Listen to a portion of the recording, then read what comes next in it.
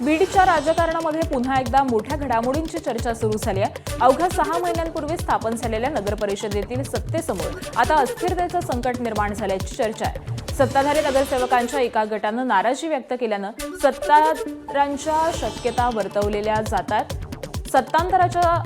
वर्तवल्या जातात आणि त्यामध्येच अनेक वर्षांपासून राजकीय प्रतिस्पर्धी असलेल्या क्षीरसागर बंधू पुन्हा एकत्र येण्याच्या चर्चांनी राजकीय वातावरण तापलंय।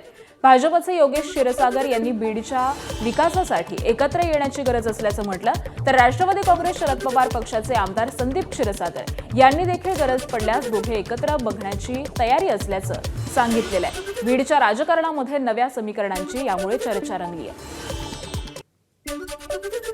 राजकीयरित्या आम्ही दोन वेगवेगळ्या विचारांमध्ये सध्या काम करत असलो तरी सुद्धा जर तशी काही परिस्थिती निर्माण झाली आणि जेणेकरून बीडकरांना आपल्याला या सगळ्या गोंधळातून काही व्यवस्थित चित्र निर्माण करून काम करून दाखवायची वेळ येत असेल तर त्या संस्थांचं जर आपल्याला त्या ठिकाणी त्या संस्था व्यवस्थित चालवायच्या असतील तर काय प्रस्ताव येतात काय नाही त्या प्रकारे आपण हे बघा, हा कौल लोकांचा अजितदादांकडे बघून दिलेला आहे आणि कौल दिल्यानंतर सुद्धा आम्ही बिनशर्त पाठिंबा दादांकडे बघून आम्ही दिलेला आहे की दादांच्या माध्यमातून काम होते।